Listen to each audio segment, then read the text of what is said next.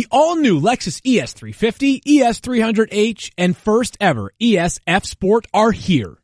Every curve, every innovation, every feeling. A product of mastery. Experience amazing at your Lexus dealer. The Fantasy Focus Football Podcast is presented by ZipRecruiter. Hiring used to be hard. Multiple job sites, stacks of resumes, a confusing review process. But today, hiring can be easy with ZipRecruiter, the highest rated hiring site in America. And now our listeners can try it for free at ZipRecruiter.com/06010. ZipRecruiter, the smartest way to hire. Fantasy, you're in the 06010. Focus. Fantasy.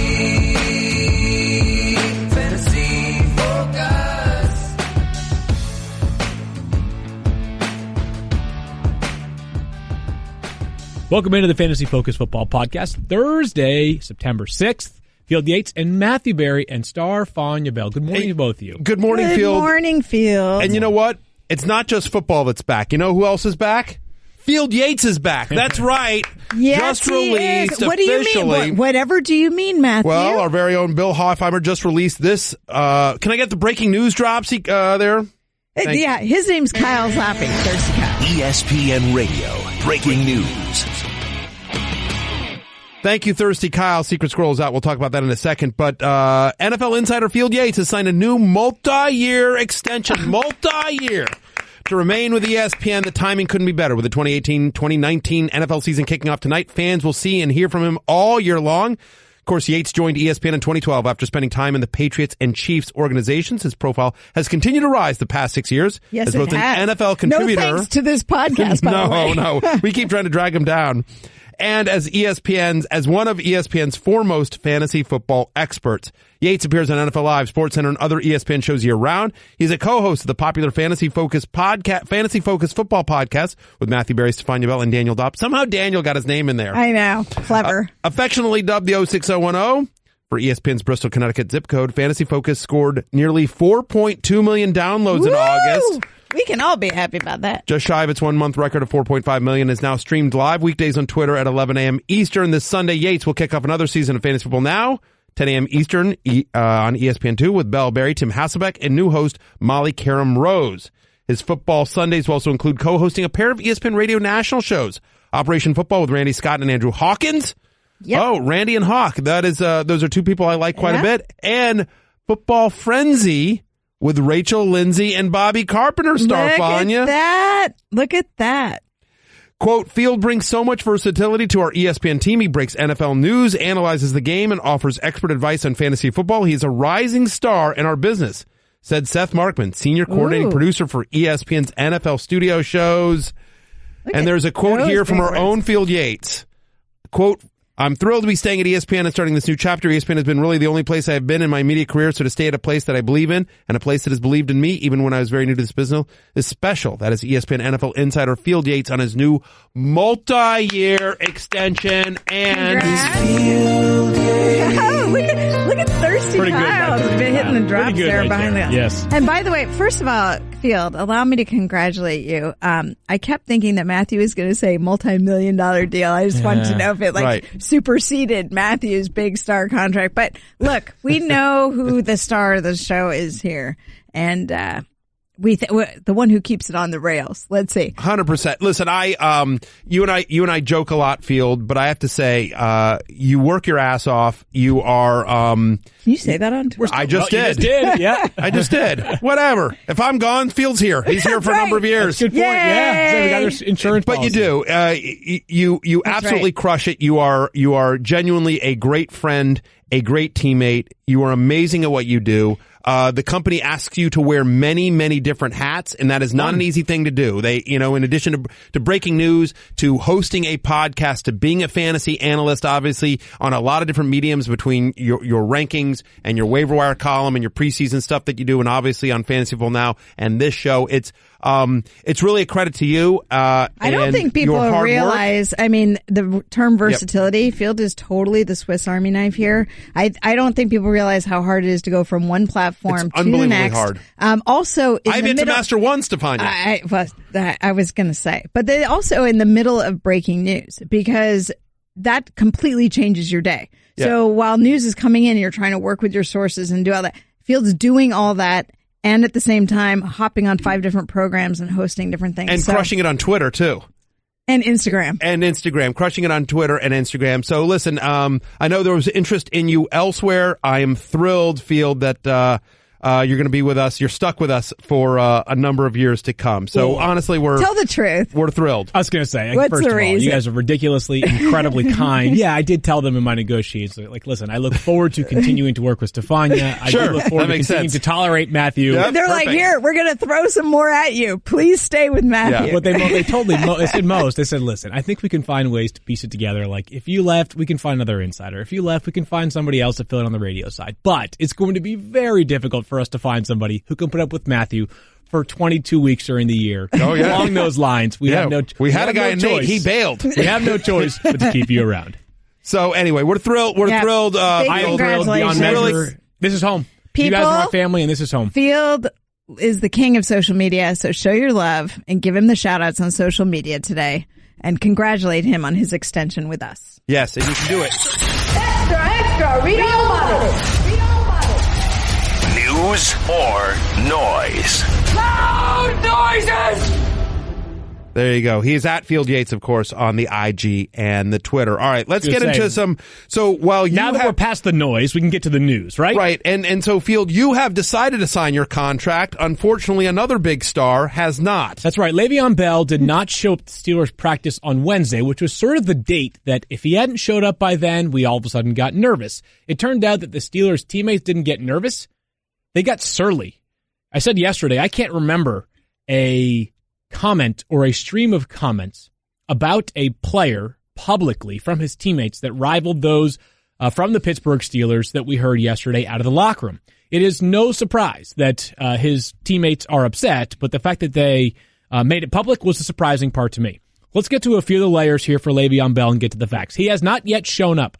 As of right now, he is not going to play on Sunday because he hasn't yet showed up to work. Jeremy Fowler reports he will not play in Week 1. That is no surprise. The question is, when will Le'Veon Bell return to work? That much we don't know, but there are a few factors here to sort of lay out that could play a part in when Le'Veon Bell decides to show up or not show up. Le'Veon Bell will miss $856,000 for every game that he is not available for the Pittsburgh Steelers. That's a lot of money for a guy that obviously was franchise tag last year, but also was a second-round pick. So he did not enter the league with the same, first-round picks have a different level of security than second-round, third-round, fourth-round, et cetera picks do. Moving along to Le'Veon Bell and going forward, though, it's worth noting he could show up tomorrow. He could show up in 7 weeks. He could show up never. As far as we know, Le'Veon Bell not showing up for the season at all this year does not impact his ability to potentially become a free agent.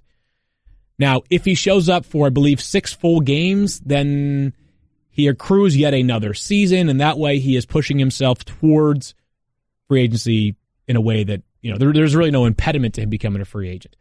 The big takeaway is this. We don't know when Le'Veon Bell is going to show up. For him, he is focused on his long term. So he may say, listen, I get it. I'm missing out on $5-6 million if I don't show up for half or 40% of the season. But I'm also missing out on 40 to 50% of the hits that I would take if I was out there for 400 touches per game, as he was last year for the Pittsburgh Steelers.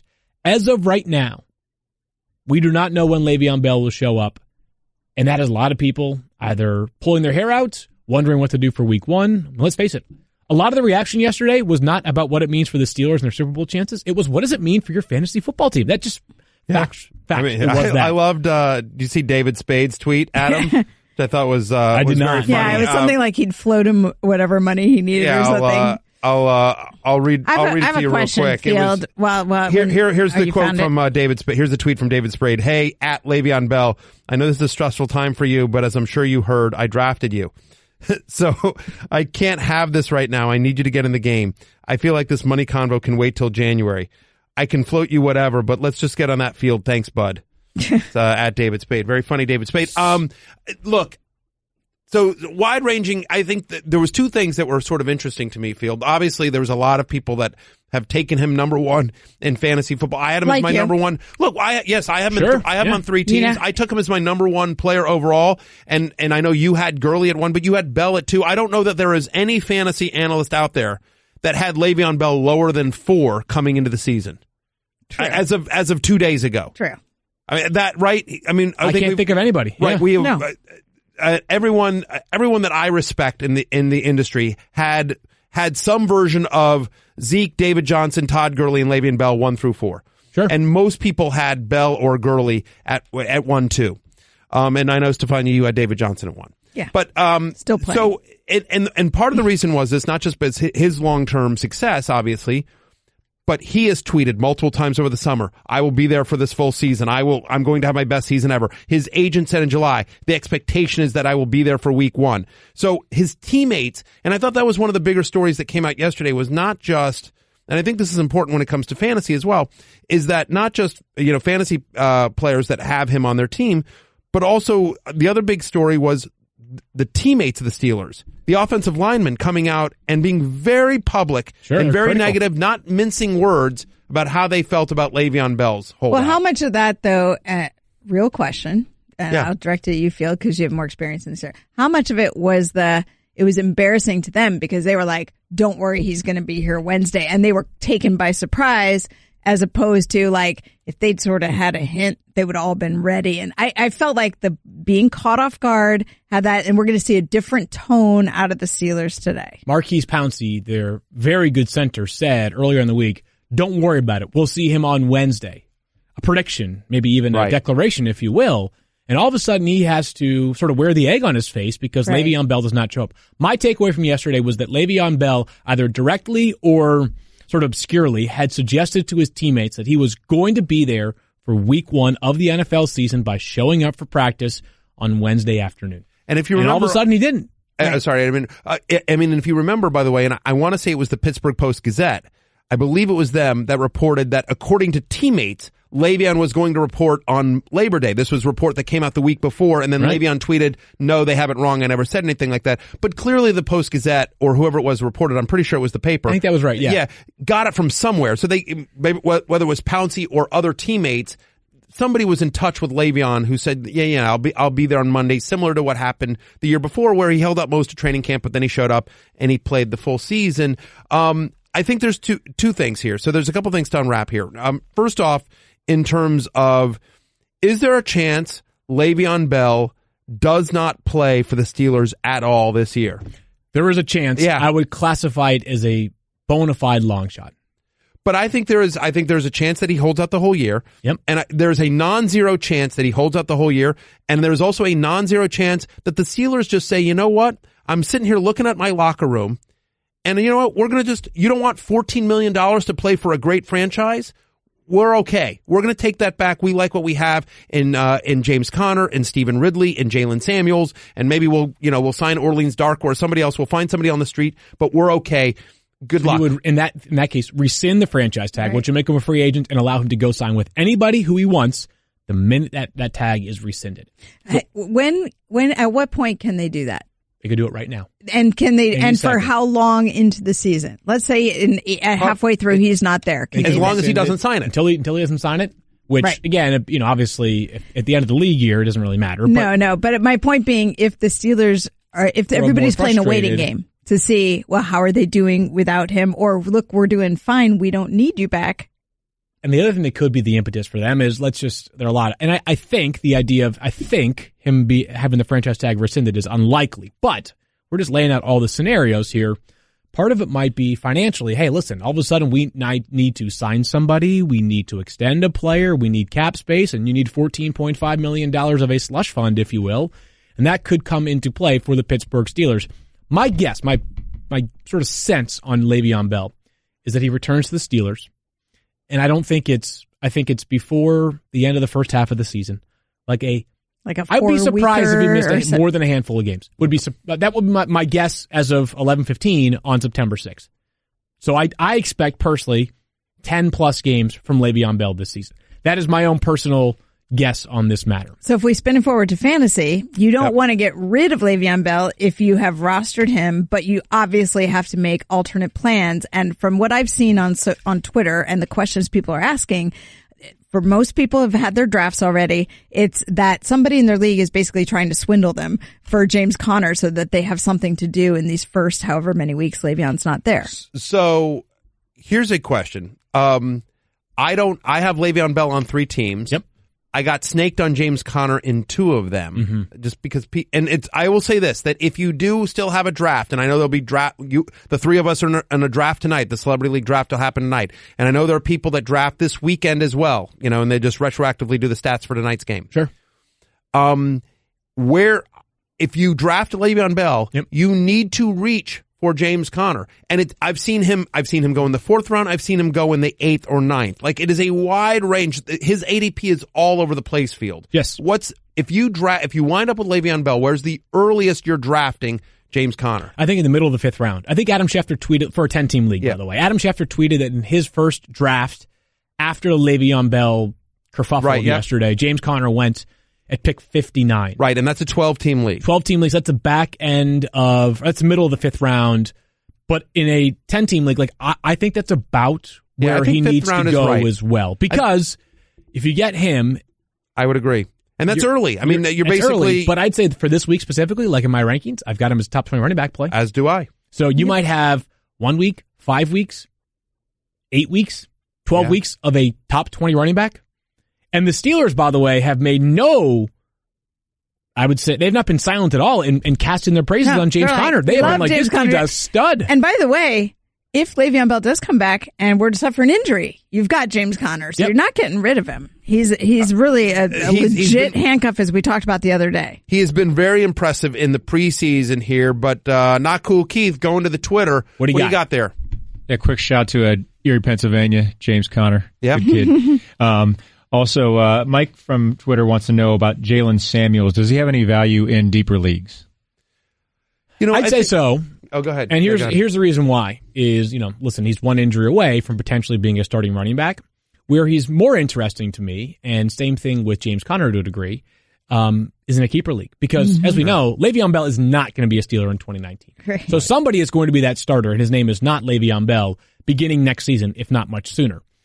Yeah, Jalen Samuel was like a fullback, tight end, running back hybrid at NC State. He did everything for them on that offense. Yeah, he's a really, really nice pass catcher. I think he actually had, in Thirsty Kyle, you can correct me if I'm wrong on this, but I believe Jalen Samuels actually had more receptions than carries when he was a college running back. And so, to your point, he did it all. I was talking with Jeremy Fowler, who covers the Steelers for us for ESPN.com, does a great job. He's been with the team for a number of years. And I asked him, this is a couple of days ago, his thoughts on the situation, and he said that they would use Samuels on passing downs, but they like Ridley there as well. I mean, Stephen Ridley, a guy that, people may have forgotten about. Sure. But he's there backing up James Conner, so he thinks that if something were to happen to Conner, Ridley would be the early down back, and you'd see Samuels then on 3rd down, just to give you an idea of at least how Jeremy Fowler breaks down the depth chart in Pittsburgh. But to your point, in PPR leagues, deeper PPR leagues, certainly Jalen Samuels is kind of an interesting one. Thirsty Kyle puts up there. By the way, Thirsty Kyle producing the show today. Yeah, he is. In addition to doing the research. Because Secret Squirrel's off boondoggling somewhere. I thought I was the only one who did that. He learned from you. He literally, it's weird. He literally said, I'm pulling a Stephania tomorrow. Peace out. And then he sent me a picture of him Smart with man. him at a bar or something. Anyway, and so Thirsty Kyle, he had 201 receptions in college, only 182 rushes. So Samuels used more as a pass catcher than a rusher in college. I think there's one more piece of this that's important to discuss, by the way, with Le'Veon Bell, is let's say you've already conducted your draft. Yes. Okay. And you are currently rostering Le'Veon Bell. And you're wondering, all right, I don't want to wait. I want to trade him right now for somebody that can bring me some utility for 16 weeks. Or conversely, you did not draft Le'Veon Bell and you're saying, I want him. I'm willing to roll the dice. I want to bank on the possibility that Le'Veon shows up sooner rather than later and get the number 1 running back over the past 4 seasons in the NFL. Where are you on that particular equation? I think there's 2 things to discuss, but that's one of them. Yep. So let's talk about this. Where are you in that equation? Are you trying to trade for Le'Veon Bell at a discounted price, or are you trying to, if you have him on your team, are you trying to sort of get 75 cents on the dollar? I'm trying to trade for him at a discounted price. Okay. So I have Because I don't have any Le'Veon Bell shares. All right. Right. I have him in 3 leagues. I have him in a league that you and I are in together. You and I are in the 12-team Yep. Here we ESPN go. staff league. I have Le'Veon Bell. So why don't you pull up your roster? Let's see if we can negotiate a quick trade right now. See if I can pull it up through the fantasy app. Yep. Fields, you know what happens when you do trades with this one. No, what are you talking about? The issue I have with I'll just say this really quickly, is I drafted Jerick McKinnon in that league, so I'm a little bit running back thin, which can make it more difficult, but I'm still willing to, every once in a while, get weird. All right. My roster includes Todd Gurley, Bilal Powell. That's my second running back right now. Bilal Powell. You had Todd Gurley and, No, he has Le'Veon Bell. I have Le'Veon Bell. Got it. So it And may you need to had be a Jerick running McKinnon. back for Got it. wide receiver conversation here, Matthew. But my team, my roster, start firing away at like questions. Obviously, Todd Gurley is a non-starter for me. Not like as in like I'm not making any deal built around Todd Gurley for Le'Veon Bell. Yep. What about, well, hang on. Open that up for a second. So with your second running back is Bilal Powell. Yeah, it is.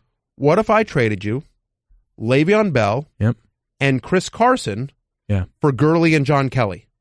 So 2 starting running backs, In theory. in theory, for Gurley and his backup. I think about it. I don't think I'm going to be doing anything in the midst of this podcast. Mine's too Fair scattered. enough. But I think that's a fair trade, and I think you could argue I may It's be a overpaying. reasonable trade. Yeah, it's a reasonable trade. Well, you don't think that's a fair offer, Stephania? I was thought you were I mean, I gonna, guess it I thought it depends. was going to be Todd Gurley by himself. Well, John Kelly has no standalone value. Yeah, okay.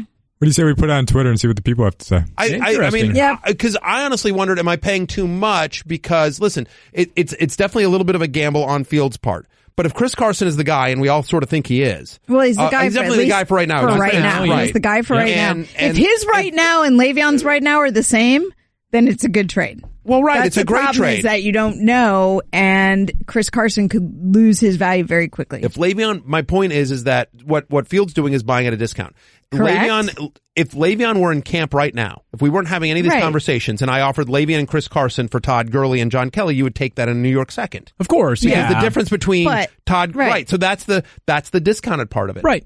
I understand. I think that is a fair offer. Put that on. Put 2 questions on Twitter. Number 1 is that a fair offer? Because Stephania's questioning whether that's a fair offer or I not. question everything. And then secondly, put should Field do the trade? Yes or no? So there you go. Interesting. But so just for those that are out there that are considering But that's trading a firm for, offer. I will make that firm offer. Joe. okay, those that are considering trading for or trading away Le'Veon Bell, I think that's how you should be thinking. Last thing that we should say here is just the idea of either acquiring or trading away James Conner. So let's just say that you did roster James Conner, but did not roster Le'Veon Bell. You thought to yourself, I'm going to just Scott Clark somebody who already rosters Le'Veon Bell. I I love that it's a verb. I love that it's still a not? thing. What would be, let's say James Conner, you want James Conner, Matthew, Right. because you already have Le'Veon Bell. What are you willing to pay to acquire James Conner? You know, that's interesting because I was sort of looking at, so in that same staff league. Yep. So I rostered Le'Veon Bell in 3 leagues, one of which was the Scott Fish Bowl, which we drafted in July, and James Conner went like in the 14th round of my league. It was insane. And so I didn't get him, and there's no trading in that league. I have him in another league. The one league where I don't have him, where I could potentially trade for him, is this league that we're talking about. Jim McCormick, our colleague Jim McCormick, does a great job with the IDP stuff. Sure. Has James Conner in our league. Him and I play each other this week. So my thought process was there's no way Jim is going to trade him to me for anything. So my Of consequence, yep. Right. So I was just going to sort of hang tough, as it were, and see what I could do. I have Joe Mixon in this league. I have Chris Carson, as you know. So those will be my starting running backs this week. It's a 12-team league, PPR league.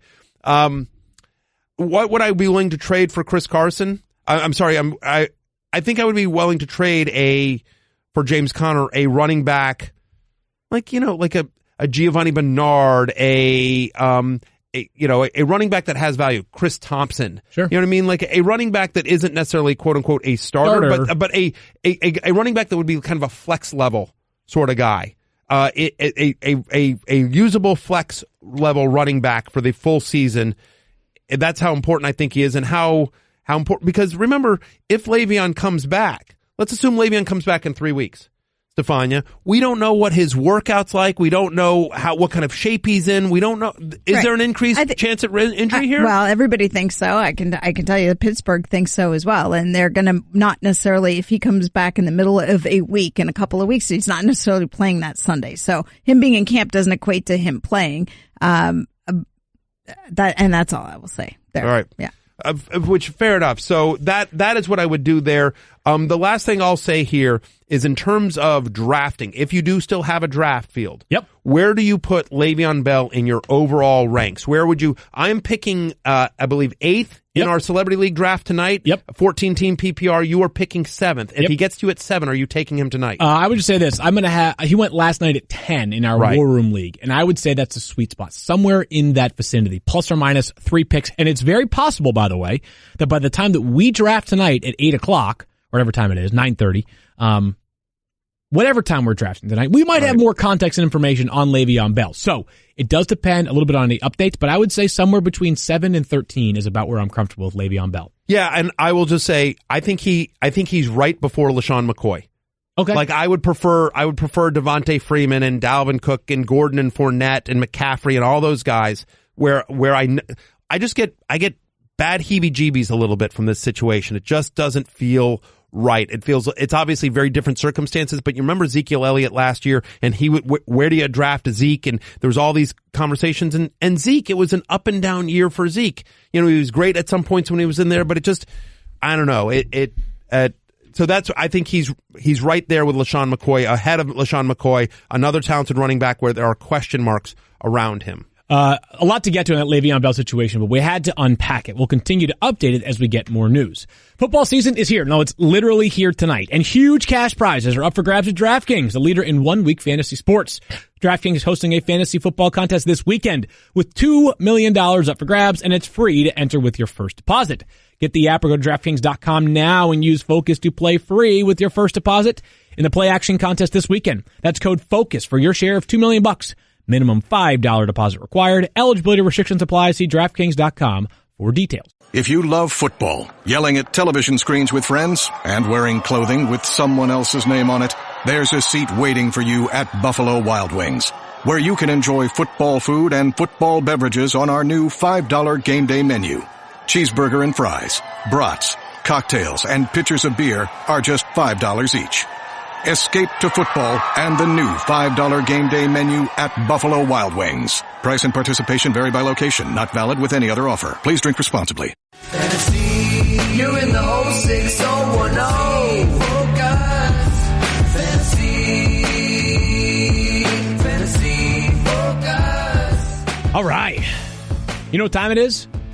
Time for a game preview. Pretty good right there, Kyle. Pretty good. We do have our first game of the night. It is, of course, the Eagles and the Atlanta Falcons. This game is being played in Philadelphia. Kickoff is scheduled for around 8:20, but as you know, on the first night, there's always some fireworks and things that they're celebrating, so it might be a little bit closer to 8:30.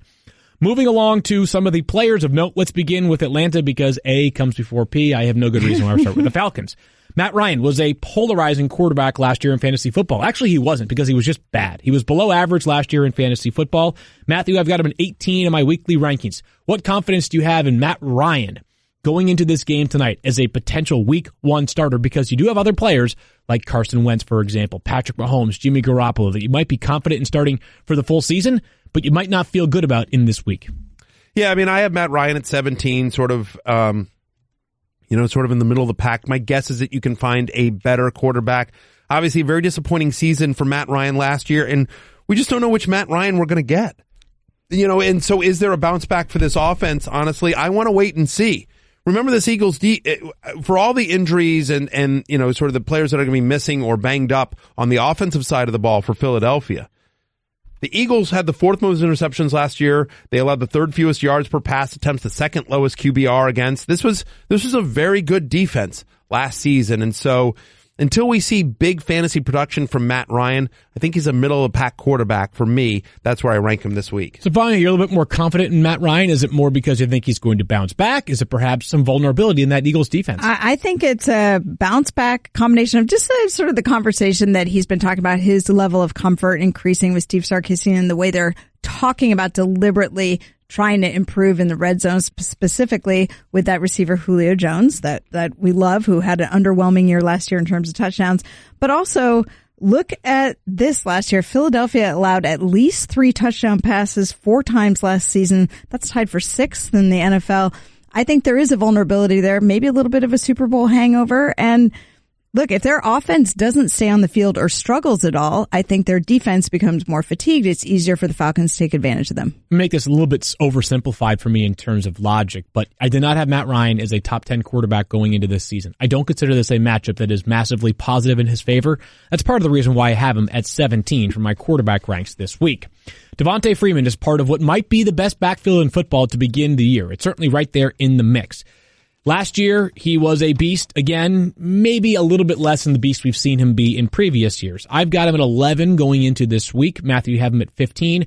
Do you still expect, is there any scenario in which you envision Devontae Freeman dominating touches? Like, is that part of the limiting factor with him that, like, even if he plays great and he's making a lot of money, right, he's still always going to be a bit limited because of the fact that Tevin Coleman is still there? Yeah, and it seems like they're not Again, it's going to be sort of interesting to see what year 2 of this offense looks like under Sark.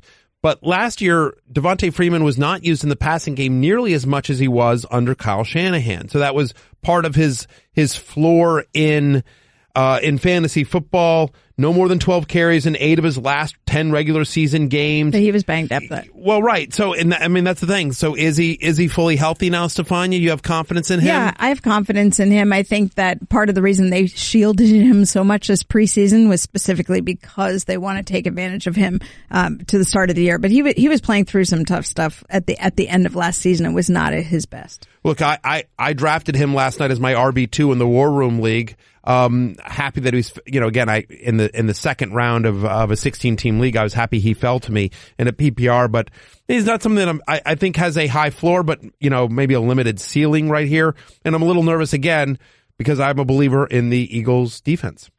I am as well. I would say Devontae Freeman is a player, though, that I feel really steady about. Better as an RB2 than as an RB1.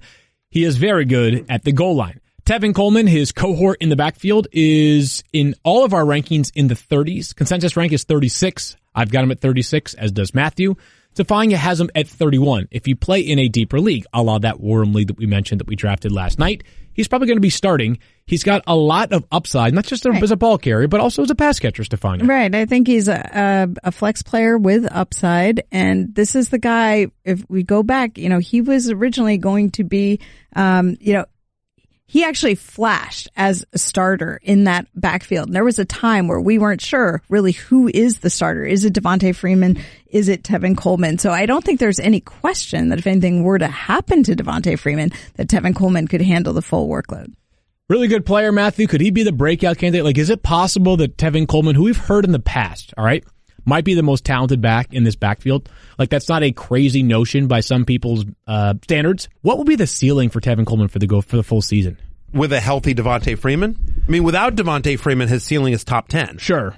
But assuming Devontae, that's the thing, is I think he's got as long as Devontae Freeman is healthy, Tevin Coleman has very limited upside. Yep. In my belief. He will always, the best he can hope for is a true split, is a 50-50 split. And my guess is that Freeman will get more of the touchdown work, more of the goal line short yardage work. So I think the best he can hope for is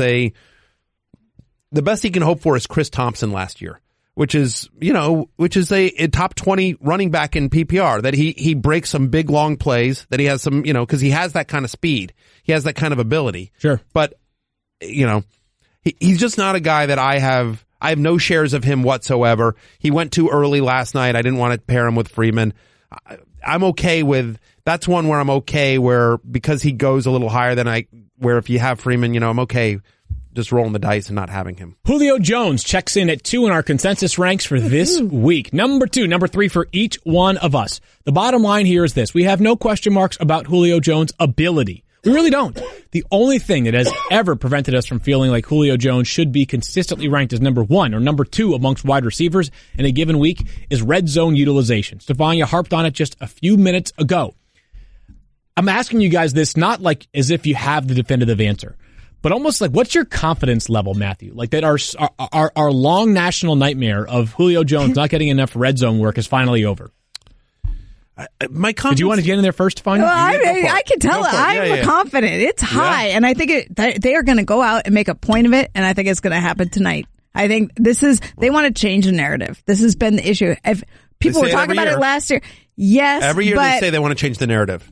Well, it's every year he doesn't wind up with touchdowns. Every single year. Oh, you know listen, not every year. Last year was an aberration. He's had 6 or fewer touchdowns in, I believe, 4 of the last 5 years. Thirsty Kyle, you can correct me if I'm wrong on that one. He's giving me the thumbs up. Yeah, 6 or fewer touchdowns in 4 of the last 5 years. He's been a top 5 fantasy wide receiver once in his NFL career for all of his talent. And look, I understand. I believe there is positive touchdown regression coming. Do I think he winds up with only 3 touchdowns again? Listen, Princeton, you spell it the way you pronounce it the way you want to. I'll pronounce it my way. You're saying it's positive, negative. What? Positive regression. Look, English is my second language. The point of the matter here is that I do believe positive touchdown regression is coming for Julio Jones, that he doesn't wind up with just 3 touchdowns again. But the idea that he's going to get 8 to 10, which is what his talent suggests he should, I think is, I would not have tremendous amounts of confidence in that. I know he got a lot of red zone looks last year. I think he gets more than 6 this year. I think he will have more than 6 this year, and I think it starts tonight. Field Yates, make some sense of this. Where do you land on this discussion? Yeah, I believe he's bound for a much bigger year this year. I think that maybe the more than 6. Wait, let's set the over more under. Than 6. More than 6. What's the over under? Hey. So you think? What do you think? I'm just asking you. How many touchdowns do you think? I think he scores 8 this year. 8 touchdowns. Yep. Stefania, what do you think? Yeah, I mean, that's about my camp. 8. I think 8 is reasonable. All right. Well, I don't bet with Stefania, so I will set the over under at 7.5 touchdowns for Julio Jones. Take the over, and I will take the under. I say Julio Jones scores less. I'm in on this bet. No, you're not. Yes, I am. No. We've already established you don't get to bet on this show. I am. Field, are you only going to do it if I'm in with you since we agree? I'm in on that. Yeah. Yeah. Okay. Well, anyway. Yeah. So I say Julio Jones scores less than 7.5 touchdowns this season. I say Julio Jones scores more than 7.5 touchdowns this season. And I say put it on the board. Stop it. Put it on the board. I'm in on the bet. Field agreed. Bet with, nope. Hey, not cool Keith, Thirsty Kyle. Will one of you bet with Stefania? So that's fine. I'm just saying. We've already established this. I've said this, by the way. At some point in time. With the Miami-Syracuse thing last year. That's when you... Stefania. No, I am on the board with Field. By the way, I did say earlier in this season, I think Matthew may have been gone on this day, but this year, my goal is to, I'm not going to agonize too much on the nitty-gritty of board bets because they're too much fun for us to, not just, make enough of. Let's just have 100%. I agree with that. I just don't want to bet with her. You're not keeping me out. You're not keeping that. I'm going to ruin it every time if you do it. I'm not. Look, I'm going to be that. I'll bet you with Syracuse. I'm not giving you the line. Fantasy Focus fans know exactly what I'm talking about. No, they can put up another poll. No, I want another Twitter poll, Thirsty Kyle. I want a Twitter poll. Should Matthew ever bet with Stefania again? That's not yes or no? No. That's the question. That's what I'm asking. Bets. You can put whatever poll you want on Starfania, but that's what I want to know because the fans of the show know exactly how Weasley you were. I'll start making my own board bets with a fan every week. Sure. That poll's going up, but Matthew, you got to tell me about buns first. Okay. I'm going to talk to you about buns. Well done, Kyle. Everyone knows I have good buns. Everyone knows that. And by everyone, we're still alive. You mean Beth? Yeah, my lovely wife. But the fact of the matter is, if you're not out grilling, someone is out grilling you. Field Yates, I know you love grilling out there. I do love my grills. You do love your grills. Listen, and that's why you need ballpark buns in your lineup. It's like having a number 1 draft pick at every backyard barbecue. Unlike Le'Veon, Ballpark shows up. Let's face it, Ballpark hot dog and hamburger buns rank as America's favorite buns, delivering fresh taste and outstanding flavor with every bite. Head over to the ballparkbuns.com to see the whole roster, from Ballpark's golden hamburger and hot dog buns baked with a touch of honey to the oversized Tailgater's gourmet hamburger and brat buns that really let you pile on the flavor. Need a home run recipe to spark your grilling genius? Ballparkbuns.com has got you covered there too, with recipes for zesty blue cheese burgers, hearty chili cheese dogs, guacamole turkey burgers, and so much more. We've also got a blog full of tips and tricks to level up your grilling game and tailgating talent. Get all this goodness and more, including the Ballpark Buns product finder at ballparkbuns.com. Again, that's ballparkbuns.com, home of America's favorite home of America's favorite buns. Easy to write, not easy for me to say. Once again, ballparkbuns.com. Weekly Rankings, Field Yates, is brought to you by our friends at Ballpark Buns. All right, moving along to the Super Bowl champion Philadelphia Eagles. And, of course, Nick Foles will start in Week 1. Carson Wentz has already been ruled out. Stephania, I'm going to save the Carson Wentz questions because we're going to have approximately 75 of them next week and perhaps in weeks beyond that. Deal. Nick Foles starts in Week 1, Matthew. Stephania, you're not so confident, though, in starting him in your lineup this week. Not as confident as confident. I think, look, what he did last year down the stretch was amazing. We've seen Nick Foles run hot and cold and typically needs a bit to get in a rhythm. It was not pretty in the preseason. He also aggravated his shoulder, had an incident when he came back, even the preseason game where he really struggled.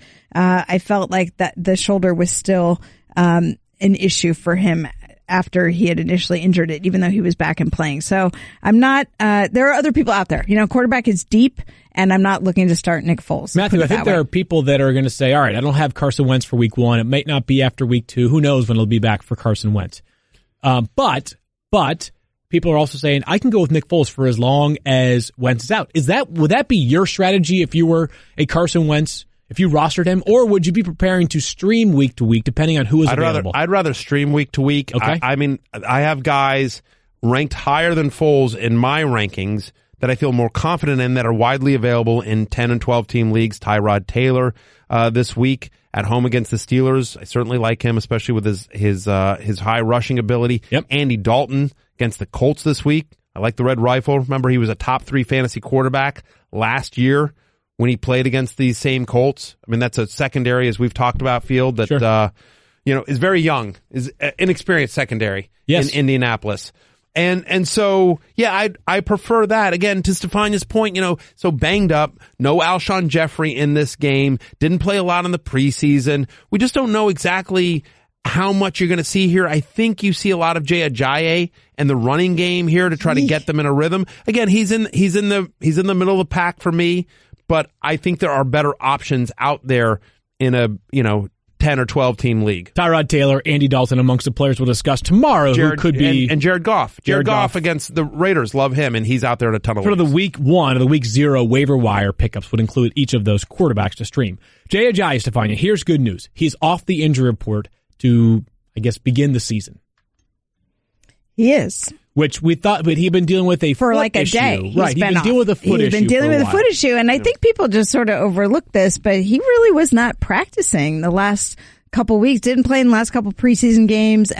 Remember, they don't have to disclose the injuries until they get to the official injury reporting, which the very first ones were out this week. So now we know and the Eagles had mentioned it to reporters a couple of days ago, but he had been sidelined because of a foot issue. Now, the fact that he's off the report and he's going to play tell you it's not serious, and they're obviously comfortable with him starting.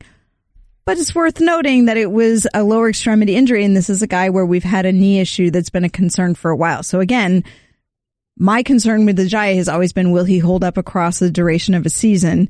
And I think if he starts getting utilized too much too soon because they have to rely on him, that doesn't help. The good news is, for Week 1, he is in good shape, and we know that last year with the Eagles, he ran pretty effectively on a per-carry basis, Matthew. I believe he only found the end zone once during the regular season with them. I would say, what are your expectations? A little bit less for the full season for Jay Ajayi, but specific to this matchup tonight. Yeah, I mean, I have him just, basically as a borderline starter. You want to see what this workload looks like, honestly, in terms of Ajayi. Remember, the Falcons allowed the 9th fewest running back yards per carry last season, just 3.84. Ajayi is somebody that, has had a big game or doesn't. So the questions about Ajayi isn't just health, but obviously workload. How much of this is a committee with Corey Clement, with Darren Sproles? Yep. Do you see some Wendell Smallwood tonight at all? Like, I don't know. For me, I think he's a borderline top 20 play to me. Yeah, I'm with you there. It's a borderline top 20 play for me as well. Jay Ajayi has had some brilliant moments in his career. I still don't know exactly what type of runner Jay Ajayi is. Like, I don't know if he's a top 20 back, if he's a top 35 back, because he has moments like those 200-yard games sandwiched by And that's why I've struggled with him in fantasy, because I know he can have these amazing productive days, but then I feel like he could disappear off the radar any moment. There's a wide range of outcomes for Jay Ajayi, and given where he's going in draft, like, it would not surprise me if he's a top 10 running back when all is said and done at the end of this year. It also wouldn't surprise me, to your point, if he's running back 35. Just a wide range of outcomes for him, and so until we get a little bit more clarity there with him and his workload, he's going to be an RB2. Obviously, Carson Wentz, not the only notable injury in Philadelphia, is Alshon Jeffrey is also out for this game, which puts all the focus back on Nelson Agholor, the former first-round pick, who played really well last year and dominated from the slot. I think the question is this. If Nelson Agholor isn't playing as a slot receiver where he was so effective last year, does his value go down this week? I don't believe so. Okay. I mean, I think they'll move him around and have him do whatever. I think you'll see some Mike Wallace on the outside as well. I think you'll see, I think they'll move Agholor around. You'll see Zach Ertz. I think you'll see some 2 tight end sets. Dallas Goedert. How do I pronounce his last? Goddard. Yeah, Dallas Goedert.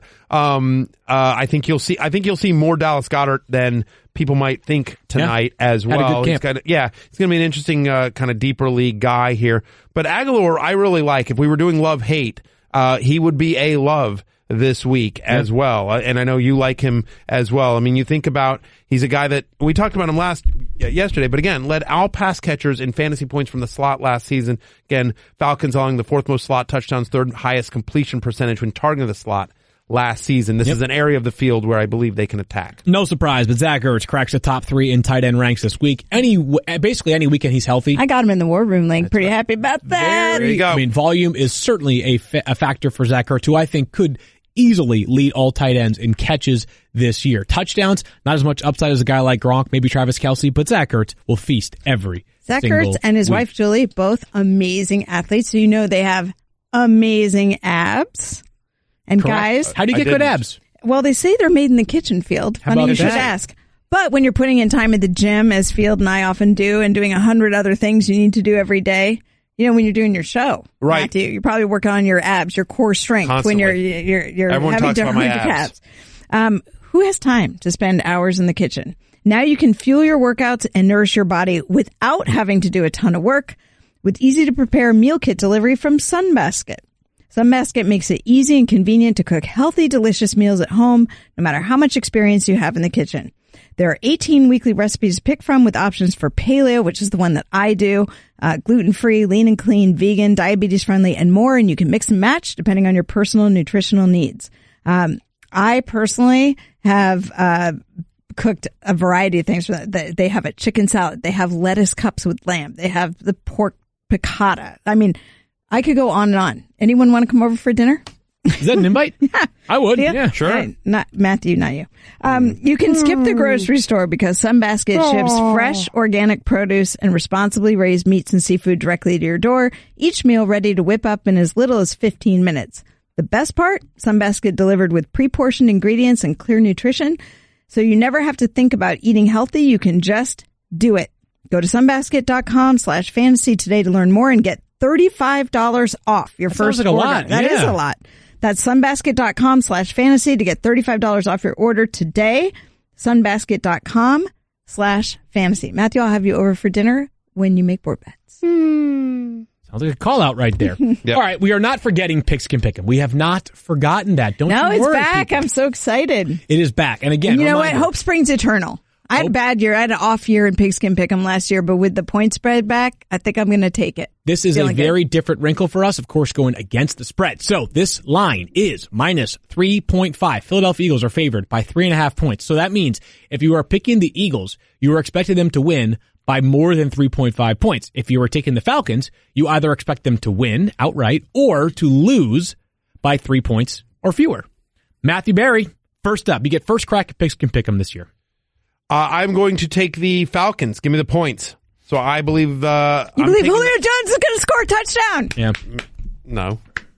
Believe Mo Sanu, Devontae Freeman. 3 touchdowns. Nice try. Yeah, exactly. Nice try. I'll take the Austin Falcons. Hooper runs the Philly special. Yeah, I'm taking the Falcons with the points. Stephania? Yeah, Falcons. How about you? Mm-hmm. I will take the Falcons as well with the points. And I think the Eagles win like a nail biter, like last second field goal to give them a 1-point win. Kyle, you want to take in for step in for Daniel? Everybody back here has the Falcons. It's a little concerning with how much of a consensus. The Eagles are going to kill them. That's what that means. I mean, by the way, the Falcons gave the Eagles all they could handle in the playoffs last 100%. Year. The Falcons are a really ridiculously talented roster.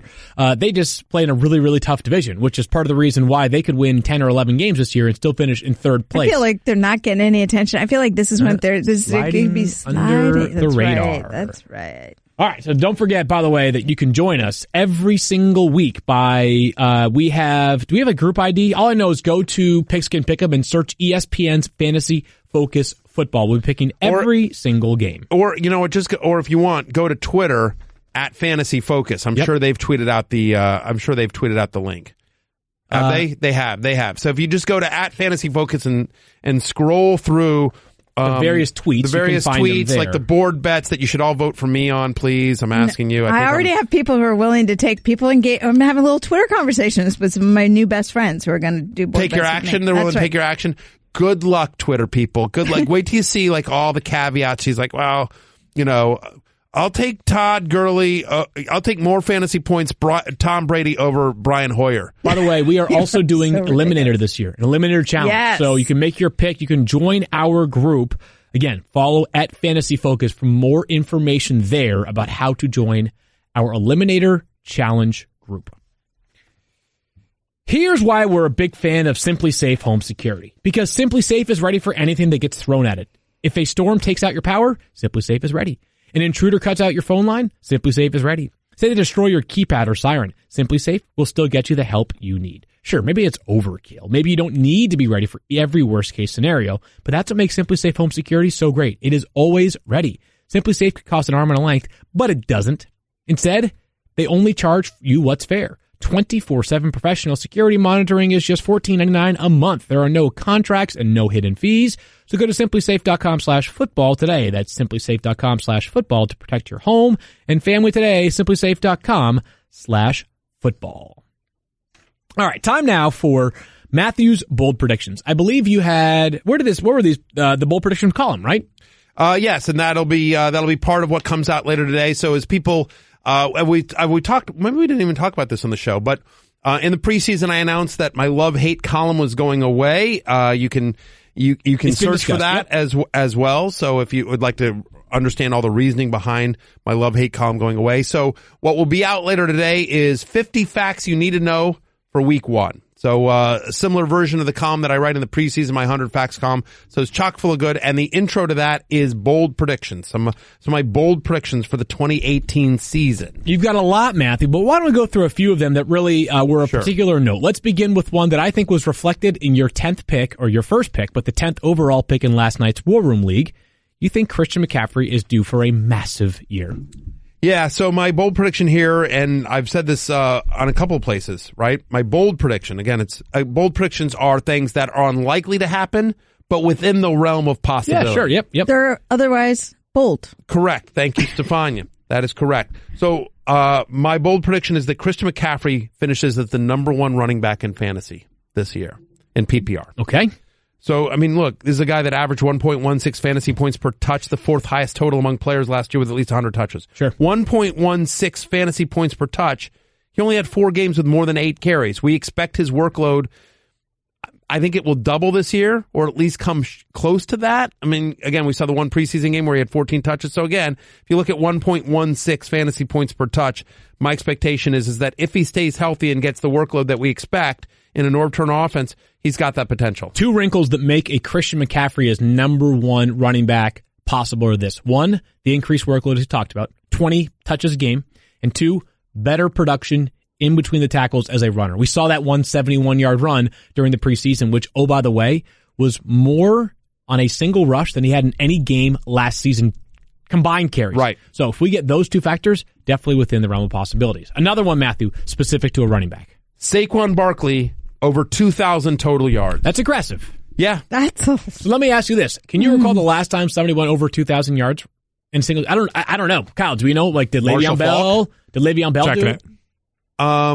He's like David Johnson did it. Didn't David Johnson do it? David Johnson. I'm just wondering. It could have happened last year for all I knew. I feel like David Johnson did it in 2016. Here, I'll start looking it up while you. No. I'm not cool. calling Keith you is out. nodding at me too. I think that my predict. I believe David Johnson did it in 2016. Okay, confirmed. DJ did. DJ in 2016. Interesting. So you know what I mean. By the way, Todd Gurley last year too. Okay, there you Todd go. Gurley last year. I was not asking it as in challenging you. It was more just like curious when the last time it happened. I thought for some reason I had Todd Gurley like at 1900 in my mind. But anyway, yeah. I mean, so I just think the usage will be there both in the passing game and the running game. I think the volume will be tremendous on Saquon Barkley. Remember last year, the New York Giants running backs that included the likes of Wayne Gallman and Orleans Darkwa. New York Giants running backs as a total had over 2,000 scrimmage yards last season in a completely lost season. And so now with Beckham back healthy, the emergence of Ingram, Shepard, a new offensive coordinator that will do a great job. Not coordinator, but I mean, Pat Shurmur, Pat Shurmur's offense, which does such a great job of getting running backs in space, and that'll take advantage of what Barkley does well. Yeah, give me Saquon Barkley, who, by the way, over his last 16 collegiate games, had over 2,200 scrimmage yards as well. So yeah, over 2,000 total yards for Saquon Barkley. Lou Riddick, who was talking him up a storm in the fantasy marathon. I didn't know if he would pull the trigger, but he did. He took him number 1 overall in the War Room League draft over last Todd night. Gurley, David Johnson, Ezekiel Elliott, of course, Le'Veon Bell. Yes, last night, he Louis would agree Riddick. with you. Took him number 1 overall. By the way, I think on overall. Saquon Barkley, one thing to keep in mind is that we always talk about like running backs and their offensive line. A really good running back makes an offensive line that may not be that good look particularly good. No one talked about the Chiefs' offensive line last year going into the season as this like dominating group. Kareem Hunt went wild. I think the Chiefs' offensive line is pretty good, but the point is one makes the other side look better. It's like a pass rush and a secondary. And all right, Matt. They've taken some steps in the offseason, obviously, to improve that. Sure. Chris Hogan is a top 10 fantasy wide receiver. And I know he's somebody you like as well. Remember, Chris Hogan, this may not even be that bold, honestly. Prior to being injured last year, Chris Hogan was a top 10 fantasy wide receiver for the first 8 weeks of last year, and that was with Brandon Cooks on the team. Yep. No Edelman last year, of course, but Hogan, who was getting more red zone looks than Rob Gronkowski, he was more red zone looks than Rob Gronkowski on his team. Hey, Kyle, get out of my ear, please. Yeah, we can hear you on the thing right now. There we go. We're back. There we go, Thirsty Kyle. Yeah. So Kyle was talking to my ear. As I'm trying to talk to you guys, and you guys, I can barely talk to you guys with no one in my ears talking to me. Anyway, so yeah, my feeling on Hogan, who can play in the slot field, who can play on the outside. Yeah, give me Chris Hogan, who I think is due for a monster year. I think the key for Chris Hogan is a fast start for him to finish top 10 wide receiver. Just because, hey, the best opportunity to completely dominate. So many guys. Is, right now, the Patriots right now, they have 4 wide receivers on the roster. One of them was Chad Hansen, claimed over the weekend. Matthew, a couple more here. What else do you got? Trey Burton finishes as a top 3 fantasy tight end. Okay. Look, I think the volume will be there. Remember Matt Nagy, when he was in Kansas City, the Chiefs led the NFL in touchdown, tight end receiving yards. They were second in both targets and receptions to tight end. Obviously, it helps when you've got a guy like Travis Kelce, but there's a reason they signed Trey Burton to the big contract in the offseason. A very talented guy. He's going to be the move tight end in that offense. And if you look at sort of the snaps that he played with Trubisky in the preseason, I think massive volume is coming for Trey Burton, a big year coming for him.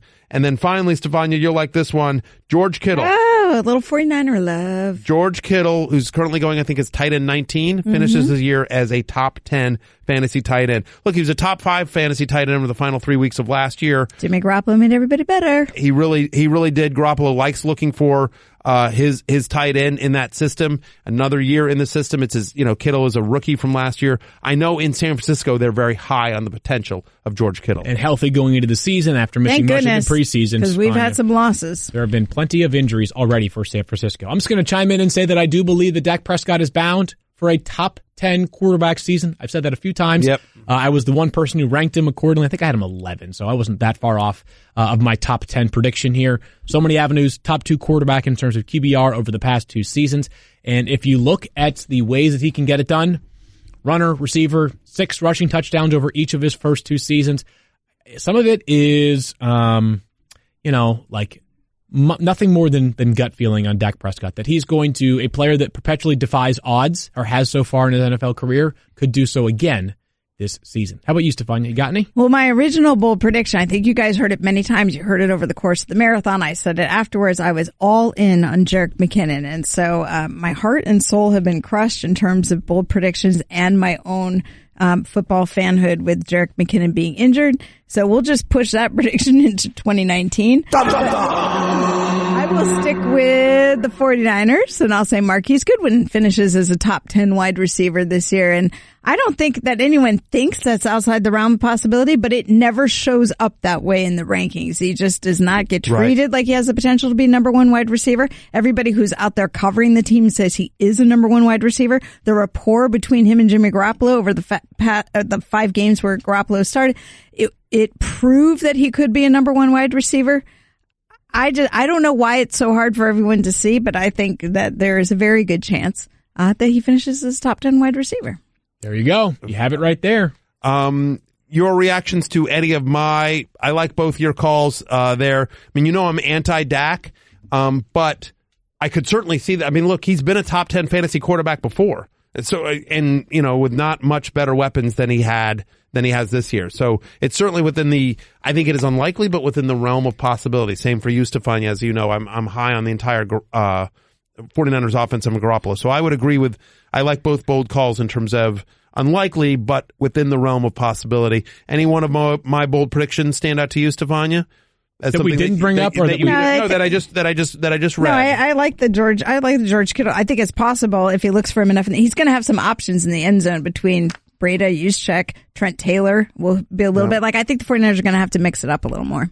We'll see. Well, the one that sticks out to me is most likely to happen is Christian McCaffrey. Yep. That's the one that I feel the most confident in. The one that I feel least confident is this is not a Stephania indictment. It's just like tight ends are so volatile that Kittle could be 15, he could be 5, he could be anywhere That's in why between. I said I like the idea of it. I just don't know how realistic it is given all the options down there. Field, come on, there's another bold prediction you got to make.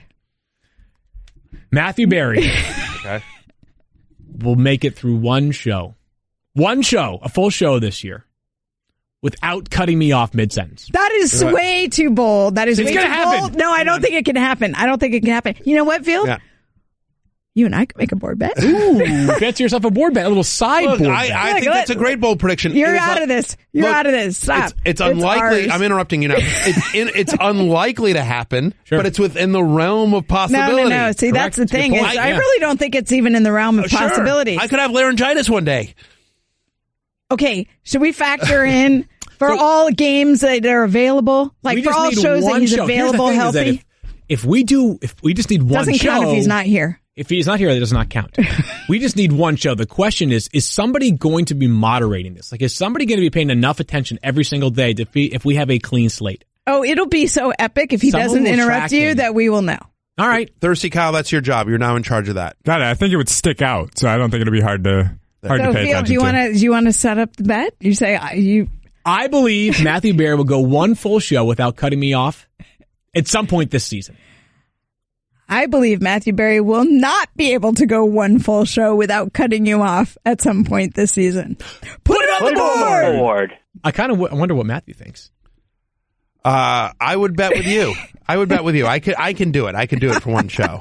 All right, one show. That's all we're asking for one show. Matthew Berry. This is going to be fun because every time he wants to not do it, I'm going to try and goad him into doing it. Speaking of this, looking at some of the board bets here, or some of the Twitter polls, should Matthew ever make a board with Stephania? 45% of our audience says no, I should never. Think about that. You know what that means? That means the winning percentage is yes, you should. But I love how you spin things, Matthew. This is honestly, what I love about you. Who just makes a bet? The fact of the matter that 45% of the people thinks I should never make a bet with you. That's such a massive amount of people. Nobody abuses stats like Matthew. Spin it to make it look in your favor. I get you. Guess what? 45% of the people, you guys have won. Because I'm never going to make a bet with you. So it is what it is. There you go. We have a very special show on Friday, of course. It is our first full game preview show of the season. So exciting. Pigskin Pick'em and all other updates that might be pertinent. Of course, tonight's game will be recapped tomorrow. Happy football, everybody. Happy football, that's right. Awesome. Happy football. Football's back. And I will just say that the fantasy show on ESPN Plus coming up later today is the Love-Hate special. Nice. So a week 1 preview, Love-Hate. We've got a lot of fun stuff planned for you as well. So highly recommend a ESPN Plus subscription. If you don't have it, it's just 16 cents a day. Remember, and in addition to myself, you get lots of great ESPN Plus content like Mike Clay, like Eric Carabell, like Casey Joyner, occasionally Field Yates. Sure. You'll write a column for them. Mel Kiper, Todd McShay. You get the entire ESPN library. You get fewer commercials on ESPN.com or in the ESPN app. And of course, thousands of live events, plus lots of ESPN originals in addition to the fantasy show with myself and Secret Squirrel. So just 16 cents a day. Check it out. You can start a free trial. And Love-Hate coming up for week 1 on that show today. So I'm looking forward to that. Money well spent on that 16 cents a day. Matthew Berry, TMR, on all forms of social media except for Fantasy Life, which is a great service for the latest breaking news. He is just Matthew Berry there. She's Stephania B87 on Instagram and Stephania_ESPN. I'm Field Yates and I'm sticking around. We'll talk to you guys tomorrow. Peace out. The all-new Acura RDX was entirely reimagined from the ground up and inside out. With the turbocharged 272 horsepower VTEC engine, the return of available super handling all-wheel drive, a driver-focused cabin featuring a class-leading panoramic roof, and innovative technology highlighted by a new True Touchpad interface, the RDX is more luxurious and even more thrilling to drive. Visit your local Acura dealer to test drive the all-new Acura RDX today.